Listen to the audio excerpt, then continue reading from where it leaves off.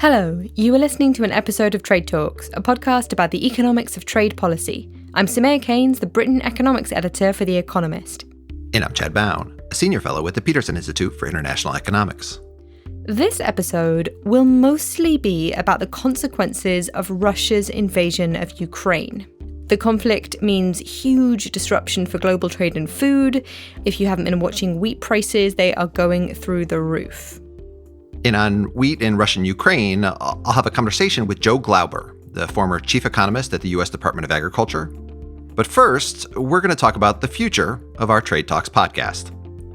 Now, the origin story for this podcast is that Chad and I recorded a pilot for an entirely different show, a different podcast, a few years ago, and it just got horrible feedback. Like really, really bad. I think one of the responses was, by the end, I had lost the will to live. And so I came away from that thinking, great, we should definitely make this its own show and also do it every week. And so Trade Talks was born. And 159 episodes later, we should say thank you so much to our listeners for actually listening.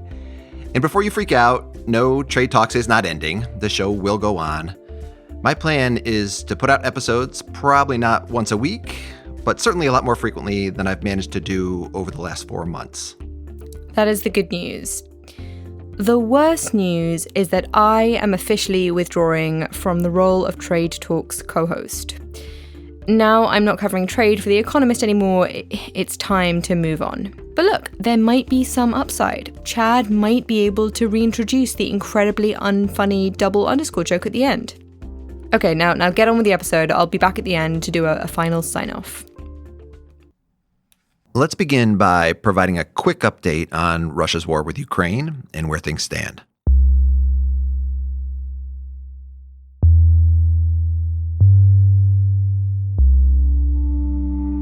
On February 21st, Russian President Vladimir Putin began the conflict by recognizing the independence of 2 Ukrainian territories. On February 24th, Putin ordered Russian troops invade Ukraine and start a war.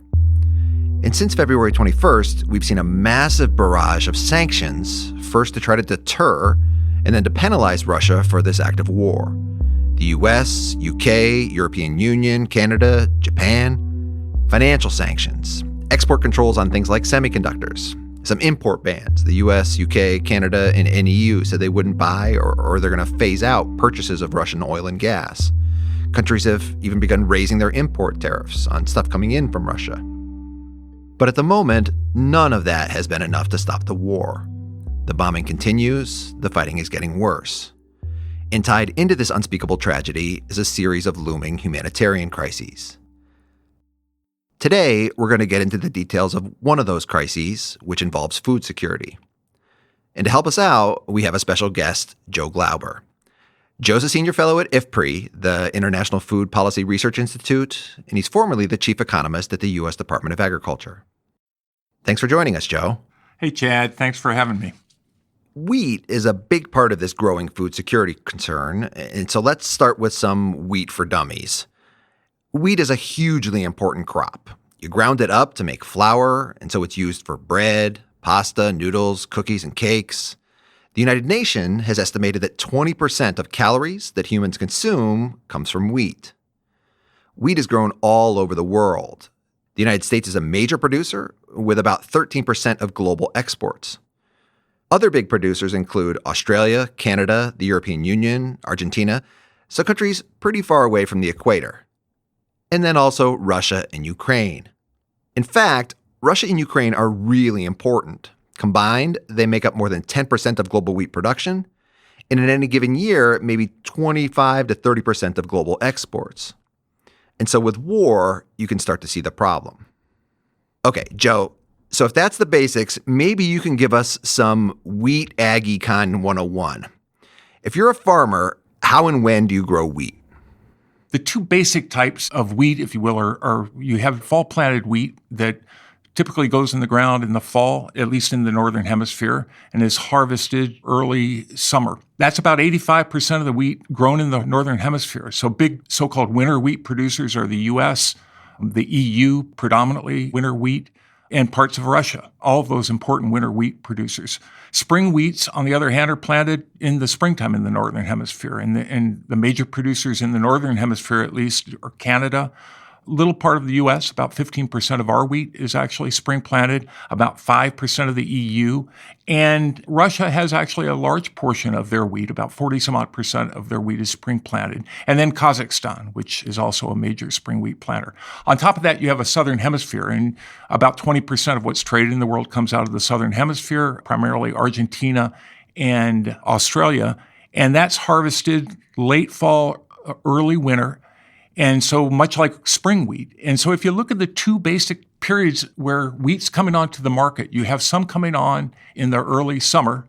About 60% of the wheat comes on in the early summer, and about 40% comes on at the late fall, early winter.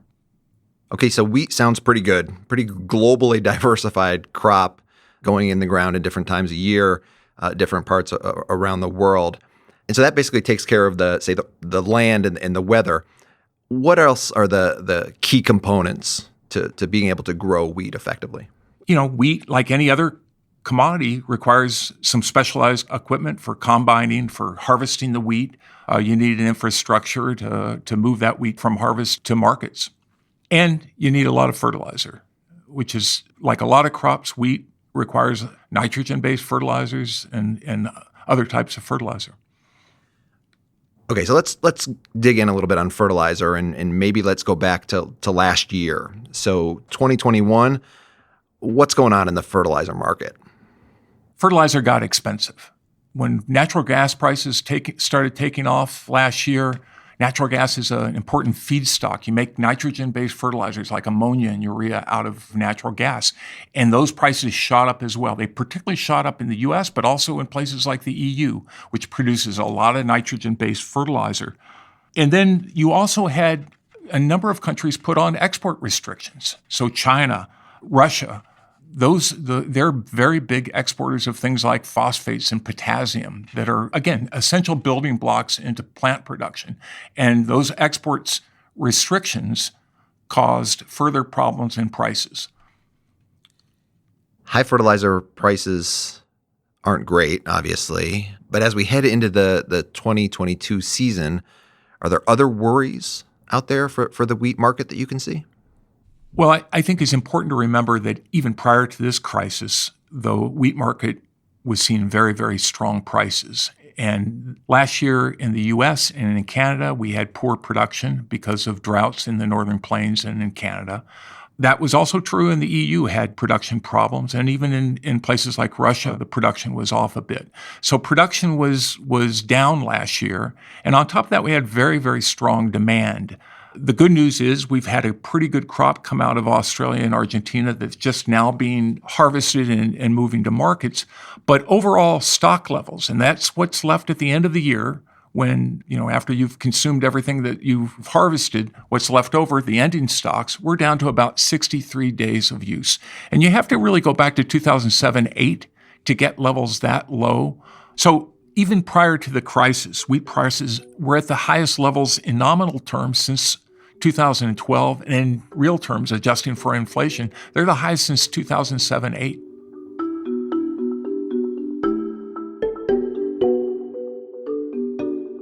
Let's talk about those earlier eras of high wheat prices for a moment, and maybe let's go back to the summer of 2010, which was the kind of the start of the period that you just mentioned where we had high prices in 2012.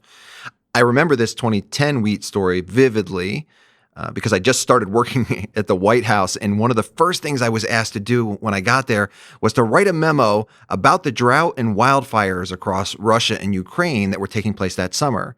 And because of those, in August of 2010, then Prime Minister Vladimir Putin, he was prime minister then, he banned exports of wheat and other grains after basically 1/3 of Russia's cultivable land was reportedly destroyed. So what happened then? Yeah, the 2010 was a wild time, and we had a very poor crop in Russia and Ukraine, and it was coming off the 2007-8 period where it had been tight markets then. And what happened was that a number of countries followed Russia and put on bans on exports. I think we had Argentina at one point and India, and certainly Ukraine restricted exports. So a lot of wheat being restricted from moving to market. And it's sort of like the analogy of being at a football game. The crowd in front of you or the row in front of you stands up and you think, can't see the game. I got to stand up too. And that's exactly what was going on. Countries were acting what they thought in their best interest. That is, let's don't allow exports. That will keep prices low at home. But in fact, you are stabilizing prices for your consumers at the expense of everyone else. And so that went on with a number of countries putting on these restrictions. And of course, who's really hurt by that are those countries who have to import wheat. And now we're importing wheat from a reduced supply with very, very high prices. If you look at some of the estimates that were done at the time, I think about 14%, or some studies out of the World Bank showed about 14% of exports were tied up in export restrictions at one point or another. Other estimates I've seen have suggested about 30% of the price increase at the time was due to those export restrictions. So they're very destructive in one sense, and again, can only exacerbate these underlying supply and demand situations. So we've got droughts, wildfires, export restrictions, fueling high prices, fueling more export restrictions, fueling further high prices. What were some of the political implications of this at the time? Yeah, and I think there you really need to look at North Africa and parts of the Middle East. And remember, these are countries that consume a lot of wheat. Even a country like the U.S., our consumption is about 80 kilograms per capita. There you're talking over 120, 150 kilogram per capita. And so they are paying a lot higher prices. In some cases, governments were trying to subsidize the wheat and keep those bread prices down. But in other cases, the prices were rising. And that really precipitated a lot of unrest. We remember Arab Spring. I think that there were a lot of underlying reasons for political dissent, but you have to say these food prices were the spark that really started a lot of those riots and other things that we saw. The Arab Spring really was just absolutely amazing time. It was one of the other things I had to write memos about. Maybe the only good thing to come out of that terrible period was a commitment to better monitor global food supplies. And so we do now have this thing called AMIS, the Agriculture Market Information System. Joe, I know you were at USDA working for the U.S. government at the time this thing was kicked off and started. Tell us about where AMIS came from and what it does and what role it might be playing today. Yeah, AMIS came out of a 2011 agricultural ministerial for the G20 ag ministers got together, and they were concerned about exactly what you were talking about, the unrest that was primarily in wheat markets. And the concern was particularly over things like export restrictions and what could be done. And one of the thoughts was, well, let's make sure everyone has full information. And so that it's not just a panic over what they perceive the market to be, but let's have an objective look at that. So the idea was, let's get the best experts from the G20 countries. So pull in the experts from USDA, pull in the experts from FAO, pull in the experts from individual countries. Every month, put together information, balance sheets, and other things. And I think AMIS actually has been quite successful. I can think of a couple of instances. One, 2012-13, we had big drought in North America. There was a lot of initial panic, but I think AMIS was able to get together with its members saying, look, markets are moving well. We're expecting big crops in the fall. And I think they helped calm markets. We didn't see any real major export restrictions during that period. Similarly, during COVID, we saw early on a number of countries concerned put on a number of export restrictions. AMIS met several times during that period, and the message was, look, things are working well. There are glitches in the supply chain, as we all know, but this isn't the time to exacerbate that with export restrictions and other things. And really, I think by the fall, most of those restrictions had been removed. So I think that's, again, it's a concern now, obviously, with the current crisis. AMIS has been meeting and talking about here are the availabilities, here's what's on the market, and hopefully can prevent the same sort of thing that happened in 2007-8 and 2010-11.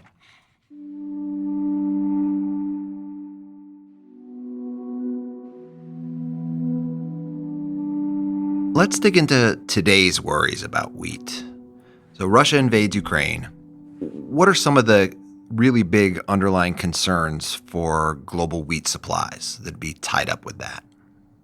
So the first question is, we got a planting season coming up that, Ukraine farmers typically are in the fields in April and May, planting things like maize, planting things like sunflower seed, barley, all major crops.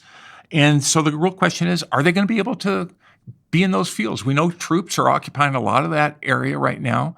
There's issues about, can they get inputs?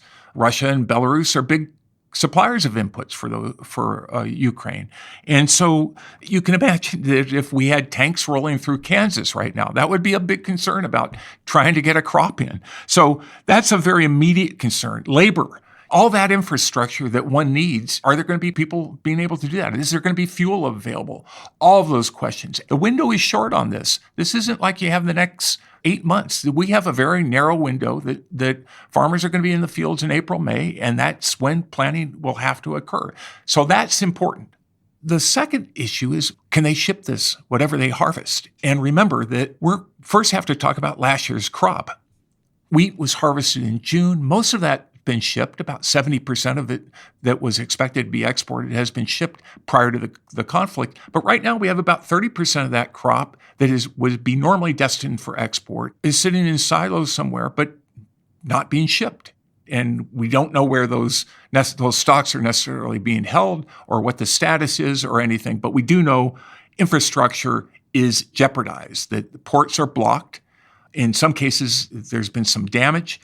But more importantly, or as important, rail lines, where most of those commodities move to ports via rail lines. Those rail lines have been cut by troops. That is, there's nothing moving along those lines.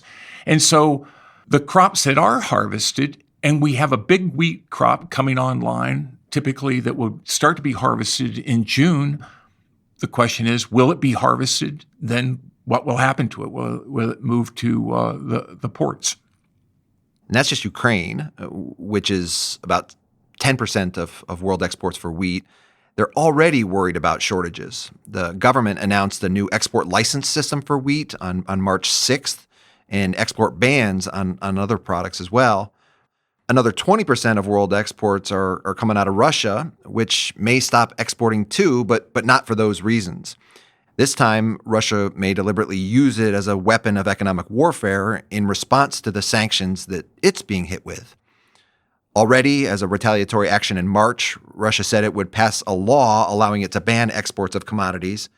And on March 10th, Russia said it was banning wheat exports even to its partners like Belarus and others in the Eurasian Economic Union. And this just builds on its earlier export restrictions for a lot of these crops. So this is not good. We're talking about potentially taking a huge chunk of wheat exports off of the global market. While wheat is a globally traded commodity, I think we can look back to the 2010-11 experience that Joe talked about before and the countries that were impacted strongly by that to see who it is that might likely be hit this time around. So Middle East and North Africa, Egypt, a huge consumer, poorer countries in the region, Yemen, who gets a lot of their wheat through the World Food Program and has these humanitarian needs. Other countries in sub-Saharan Africa or Southeast Asia, poorer countries could be hit and caught up in all this as well. So it's definitely something that we're going to need to watch out for.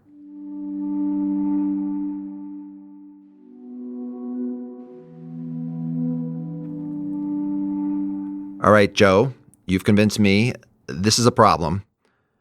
But on Trade Talks, we're problem solvers. So let's try to figure this out.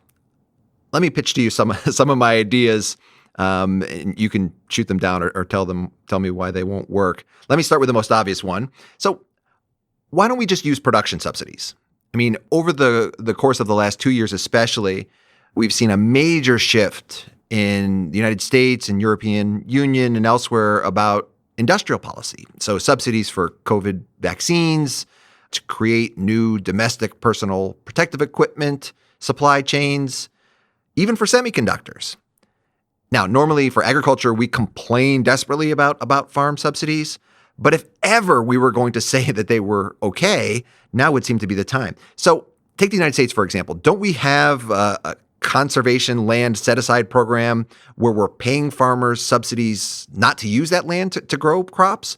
What if we told them, just this year, use that farmland to grow wheat because we're really going to need it? Why wouldn't that work?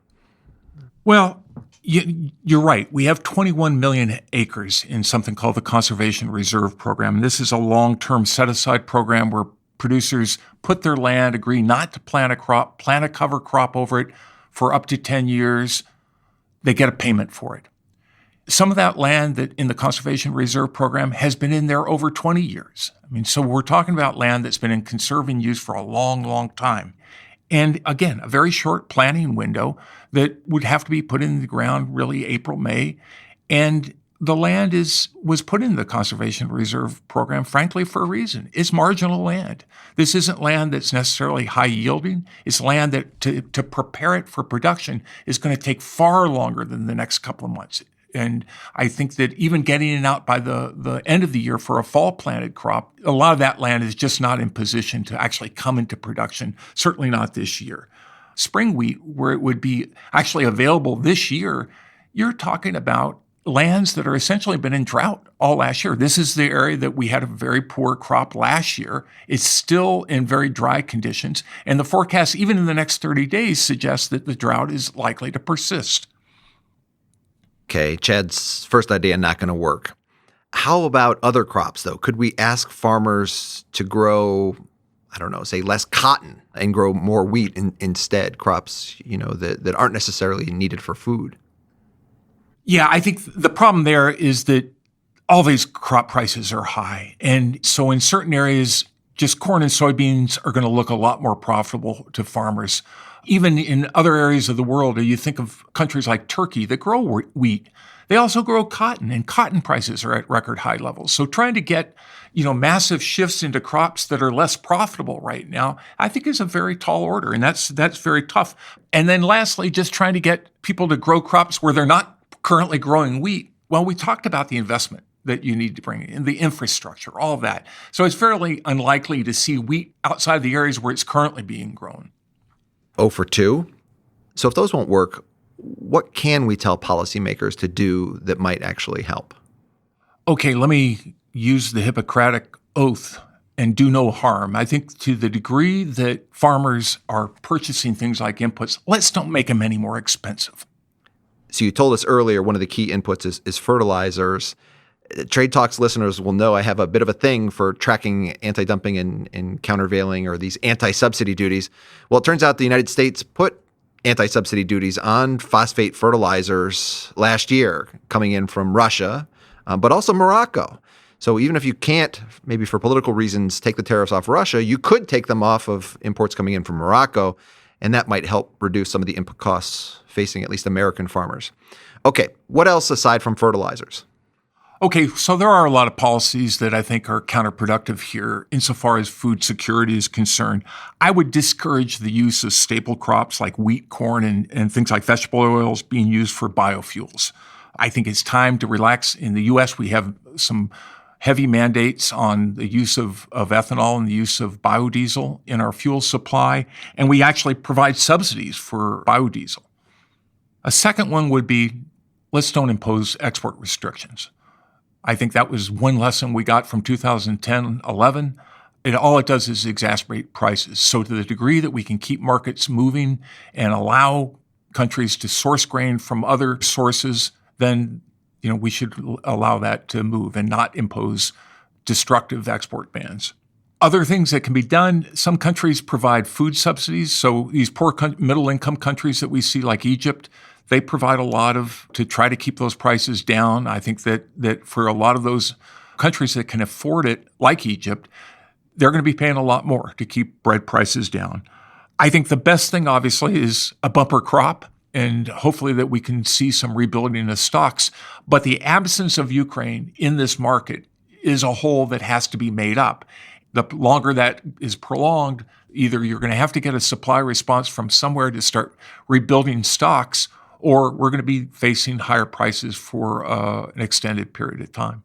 And lastly, I think this is really key. I should have led with this, is that, for poor countries, they are so dependent on humanitarian aid. And understand, World Food Program has a fixed budget. They have to go out cup in hand looking for additional money. And so they are paying for wheat at much, much higher prices than they might have thought they were going to be budgeting for. So I think that they need to be fully funded and be able to meet humanitarian needs around the world. Let's go back to the wartime sanctions on Russia and Belarus that we're seeing the U.S., U.K., EU, and other countries impose. And this is going to be my last question for you. As you look at these, are you worried about unintended consequences that policymakers in these countries should be thinking about as they're applying these sanctions? It's a tough question. Obviously, sanctions are put on oftentimes because you want to get an effect. And so the more complete they are, the more effective they are in one sense. But I think there are some real concerns here. Food, obviously, I think that should be exempt. So exports of wheat, that might be really tempting to say, let's block Russia from exporting wheat, but the world needs that wheat, and it's just not rich consumers somewhere. We're really talking about middle income, lower income consumers, and I think that sanctions shouldn't apply towards food. Fertilizers is the next big one. I think there too, unlike wheat, which is grown in a lot of places around the world, for some fertilizers, they're grown in a handful of countries. And as you say, there's already restrictions on export for a number of these basic building blocks for crop production. And I think that to the degree that they can be exempt, I think that would help, because the concern is what the impact of limited fertilizer availability will be on production. Not so much in the developed countries. Farmers will pay for higher fertilizer costs. It's really in developing countries. And they're struggling with large yield gaps and trying to overcome that and have decent crops and other things. That, I think, is a big concern.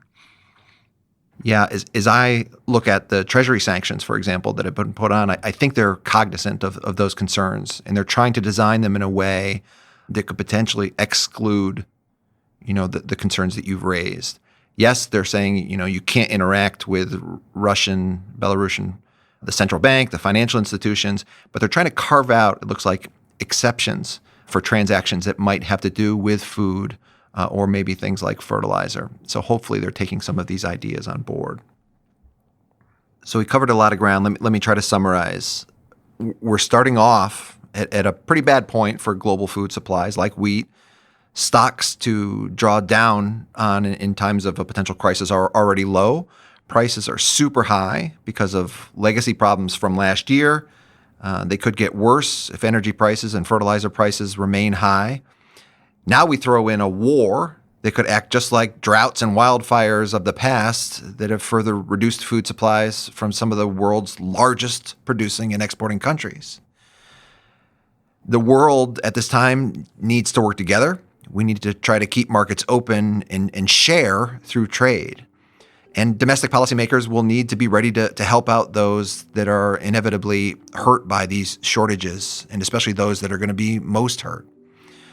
And we all need to keep our fingers crossed that we have some great growing seasons out there.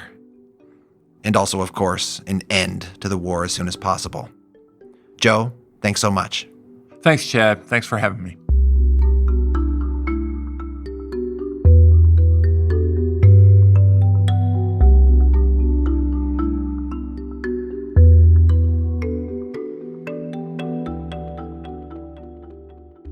And that is all for Trade Talks. A huge thank you to Joe Glauber, now a senior fellow at IFPRI, but formerly the chief economist at the U.S. Department of Agriculture, as well as chair of AMIS, that agricultural market information system, that monitoring group that we talked about. And as always, thanks to Colin Warren, our audio guy. A huge thank you to all of the listeners who have said hello over the years and who have listened loyally. I really, really appreciate you. And also thanks to Chad, who is the geekiest, kindest, funniest, and just best co-host and friend I could really ever have hoped for. For me, first, Soumaya, personally a huge thanks. I think you're the best, and you are welcome back on Trade Talks at any time. In terms of podcasting, you taught me everything that I know, which our listeners know better than anyone is still not all that much. But second, on behalf of our listeners out there, as well as everyone on trade Twitter and anyone who has read your written coverage of the trade war over the last 5 years, a huge, huge thanks. You helped make trade great again. And so from all of your trade nerd friends, we wish you well in your new gig. So what is your new gig? Tell us about it. Oh, well, I couldn't tell you that. That would be the big, big scoop. But I think it is safe to say, if you would like to hear me doing podcasts in the future, then perhaps you might want to subscribe to The Economist's Money Talks podcast. In the meantime, you can follow me on Twitter. I'll be tweeting about my podcasting projects and also my written work for The Economist. I'm at Soumaya Keynes. And I'm at Chad Bown. And we're at trade__talks. That's not one but two underscores, at trade__talks. Because... No. I thought you said I could bring it back. After I'm gone, I'm still here. You can't do the kind of terrible joke while I'm still here. I'll cut it out. You're not going to steal money __talks, are you? No, I think we'll be all right.